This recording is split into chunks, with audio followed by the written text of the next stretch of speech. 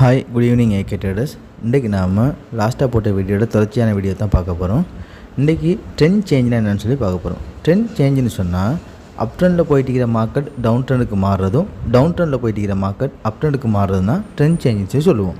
நம்ம லாஸ்ட்டாக போட்ட வீடியோவில் 2 விஷயம் பார்த்தோம். ஒன்று என்னென்னா, பிரேக் ஆஃப் ஸ்ட்ரக்சரை பிரேக் அவுட் பண்ணுறதுக்கான அந்த ஹையர் அண்ட் லோங்கிற பாயிண்ட் வந்து ரொம்ப ஸ்ட்ராங்காக ஆகிக்கும். அது ஸ்ட்ராங்காக ஆகிக்கிறதால தான் அதனால் பிரேக் ஆஃப் ஸ்ட்ரக்சரை பிரேக் அவுட் பண்ண முடியுது அப்படின்னு சொல்லி பார்த்தோம். ரெண்டாவது பார்த்தோம், பிரேக் ஆஃப் ஸ்ட்ரக்சர் ஒன்று எப்போ பிரேக் அவுட் ஆகுதோ அதுக்கப்புறம் ஒரு கரெக்ஷன் மார்க்கெட்டில் வரும் அப்படின்னு சொல்லி பார்த்தோம். இப்போ இந்த இடத்துல பாருங்கள், மார்க்கெட் ஹையர் ஹை போகுது, திரும்ப ஹையர் லோ வருது, ஹையர் ஹை போகுது, ஹையர் லோ வருது, ஹையர் ஹை போகுது. இப்படின்னு சொன்னால் இது நாங்கள் அப் ட்ரெண்டில் போகுதுன்னு சொல்லுவோம். அப்போ மார்க்கெட் அப் ட்ரெண்டில் போகும்போது மேலே உள்ள பிரேக் ஆஃப் ஸ்ட்ரக்சரை பிரேக் பண்ணி போகும். இப்போது மார்க்கெட்டால் எப்போவுமே அப் ட்ரெண்டில் போயிட்டு இருக்கவும் இல்லாது, டவுன் ட்ரெண்டில் போயிட்டு இருக்கவும் இல்லாது. அப் ட்ரெண்டில் போகிற மார்க்கெட் டவுன் ட்ரெண்டுக்கு போகணும், டவுன் ட்ரெண்டில் போகிற மார்க்கெட் அப் ட்ரெண்டுக்கு போகணும். இதுதான் மார்க்கெட்டோட நியதி. அப்போ நம்ம லாஸ்ட்டாக ஸ்விங் டவுனும் பார்த்தோம். அதாவது ஹையர் ஹை போயிட்டு ஹையர் லோ வந்து ஹையர் ஹை போச்சுண்டா இது ஒரு ஸ்விங். இதே மாதிரி ஸ்விங் பல தடவைகள் வரும்போது தான் அது ட்ரெண்டை நோக்கி போகுது, அப் ட்ரெண்டை நோக்கி போகுதுன்னு சொல்லி நம்ம பார்த்தோம். நம்மளோட ஏகே ட்ரேடர்ஸ் எப்படின்னா, நான் சொல்லித்தர ஒவ்வொரு விஷயமாக புரிஞ்சுக்கிட்டு வாங்க. அதை நீங்கள் குழப்பிக்கொள்ள வேணாம். நான் எந்த சொல்லித்தரனோ அதை மட்டும் புரிஞ்சுக்கிட்டு வாங்க. ஃப்யூச்சரில் நம்ம ஒவ்வொன்றா விளக்கமாக பார்த்துட்டு போகும்போது உங்களுக்கு எல்லாமே புரிஞ்சுக்கொள்ளக்கூடிய மாதிரி இருக்கும்.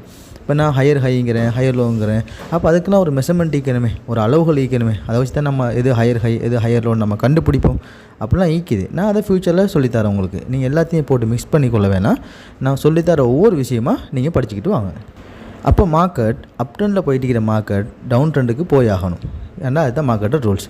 அப்போ இந்த இடத்துல பாருங்கள், இந்த பிரேக் ஆஃப் ஸ்ட்ரக்சரை இந்த ஹையர் அண்ட் லோங்கிற பாயிண்ட்டால் பிரேக் அவுட் பண்ணிக்கிறாங்க. அப்போ இந்த இடத்துல இந்த ஹையர் அண்ட் லோங்கிற பாயிண்ட் வந்து ரொம்ப ஸ்ட்ராங் ஆகிக்குன்னு சொல்லி அர்த்தம். அப்போது மார்க்கெட் என்ன செய்யும், பிரேக் ஆஃப் ஸ்ட்ரக்சரை பிரேக் அவுட் பண்ணதுக்கப்புறம் ஒரு கரெக்ஷன் வரும்.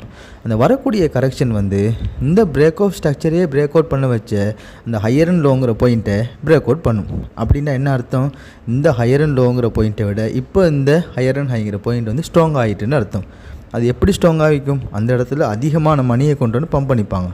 ஏன்னா அதிகமான மணி பம்ப் பண்ணதால தான் அது டைரெக்டாக அந்த கரெக்ஷன் நேராக வந்து இந்த ஹையர் அண்ட் லோங்கிற பாயிண்ட்டை பிரேக் அவுட் பண்ணிக்குது. அப்படி கீழே வந்து அந்த கரெக்ஷன் பிரேக் அவுட் பண்ணிட்டுன்னு சொன்னால் இப்போ அர்த்தம் எப்படி, மார்க்கெட் வந்து அப் ட்ரெண்டில் போயிட்டு இந்த மார்க்கெட் டவுன் ட்ரெண்டுக்கு மாறிட்டு அப்படின்னு சொல்லி அர்த்தம். அப்போ இது வரைக்கும் மேலே இருந்த பிஎஸ் இப்போ கீழே மாறிட்டு, இப்போ கீழே பிஎஸ் வந்துட்டு அப்படின்னு சொன்னால் மார்க்கெட் டவுன் ட்ரெண்டில் போக ஸ்டார்ட் பண்ணிட்டுன்னு அர்த்தம். அப்போ மார்க்கெட் எப்போ திரும்ப அப் ட்ரெண்ட் ஆகும், கீழே வந்த மார்க்கெட் எப்போ நம்மளோட இந்த ஹையை ஸ்விங்ட ஹையை பிரேக் அவுட் பண்ணி மேலே போதோ அப்போ மார்க்கெட் திரும்பவும் அப் ட்ரெண்டில் மாறிட்டு அப்படின்னு சொல்லி நம்ம கண்டுபிடிப்போம்.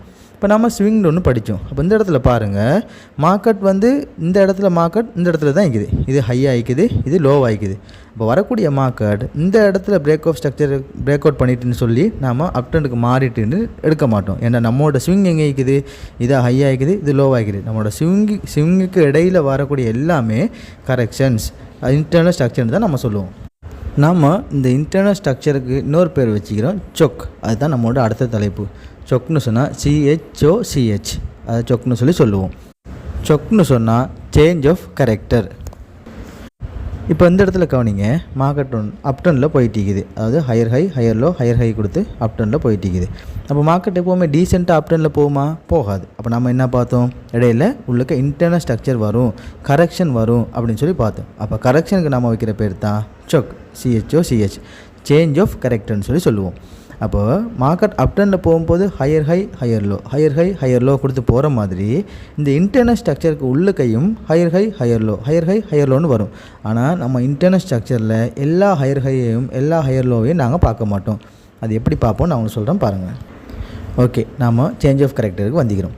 இப்போது இதை நீங்கள் இன்டர்னல் ஸ்ட்ரக்சராக நினச்சிக்கோங்க. அப்போது மார்க்கெட் வந்து பை ட்ரெண்டில் போயிட்டு இருக்கிற மார்க்கெட்டுக்கு உள்ளுக்கு இந்த இன்டர்னல் ஸ்ட்ரக்சர் வருதுன்னு சொன்னால் இதில் முதலாவது வரக்கூடிய அந்த லோவர் பாயிண்ட்டை எப்போ மார்க்கெட் பிரேக் அவுட் பண்ணுதோ, கீழே பிரேக் அவுட் பண்ணுதோ நாங்கள் சொல்லுவோம் அது சொக்கை எக்ஸ்பீரியன்ஸ் பண்ணிவிட்டு, சொக்கை வந்து அடைஞ்சிட்டு அப்படின்னு சொல்லுவோம். அப்போ திரும்ப மார்க்கெட் டவுன் ட்ரெண்டில் வந்துட்டு திரும்ப எப்போ மார்க்கெட் ஃபஸ்ட் டைம் அந்த சொக்கை மேலே உடைக்குதோ அப்போ நாங்கள் சொல்லுவோம் சொக்கை எக்ஸ்பீரியன்ஸ் முடிஞ்சுது, இப்போ மார்க்கெட் ட்ரெண்டை நோக்கி போக போகுது அப்படின்னு சொல்லுவோம். இப்போ இது உங்களுக்கு புரியாமல் தான் ஆகிக்கும்.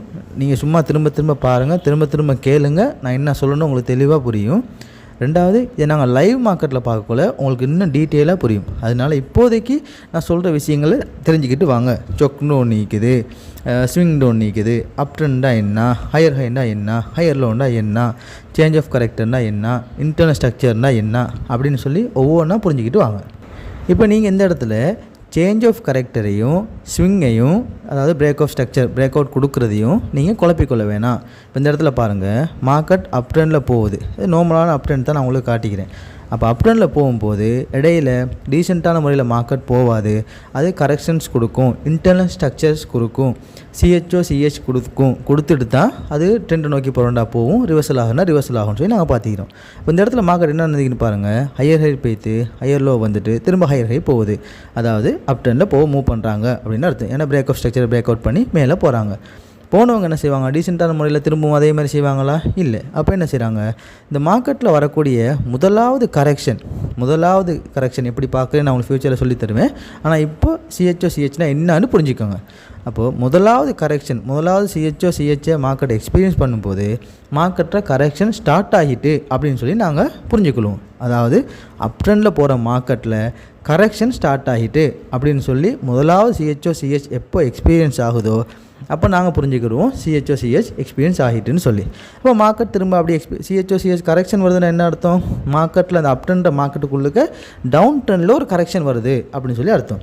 அப்போ நாங்கள் மற்றதெல்லாம் விட்டுரும். அது அப்படியே என்ன செய்யுது, முதலாவது எப்போ சிஹெச் மறுபடியும் அப் ட்ரெண்டுக்கு மாறுதோ அப்போ நாங்கள் விளங்கிக்கிடுவோம் சிஹெச் இதோட முடிஞ்சுது, மார்க்கெட் அப் ட்ரெண்டுக்கு திரும்பவும் போக போகுது, மார்க்கெட் ட்ரெண்டை நோக்கி போக போகுதுன்னு சொல்லி நாங்கள் புரிஞ்சுக்கிடுவோம். அதனால் நீங்கள் இந்த பிஎஸ்ஐயும் இந்த சிஹெச்சையும் குழப்பிக்கொள்ள வேணாம். பிஎஸ்ங்கிறது பெரிய லெக், அதாவது மெயின் ஸ்ட்ரக்சர்.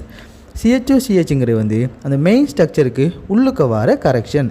இதை மட்டும் இப்போதைக்கு தெரிஞ்சு வச்சுக்கோங்க. நாங்கள் லைவ் மார்க்கெட்டில் பார்க்கும்போது உங்களுக்கு இன்னும் டீட்டெயிலாக ஆகிக்கும்.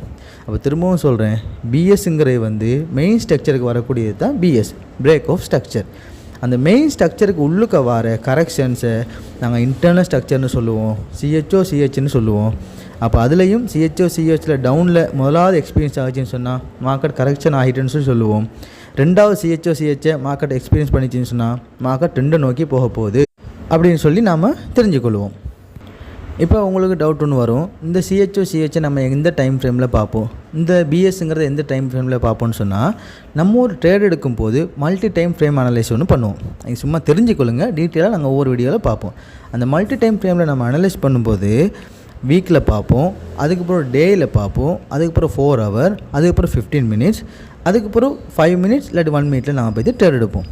இந்த week daily 4 hour, 15 minutes, 5 minutes எல்லாத்துலேயுமே பிஎஸ்ஸும் வரும், எல்லாத்துலேயுமே சொக்கும் வரும்.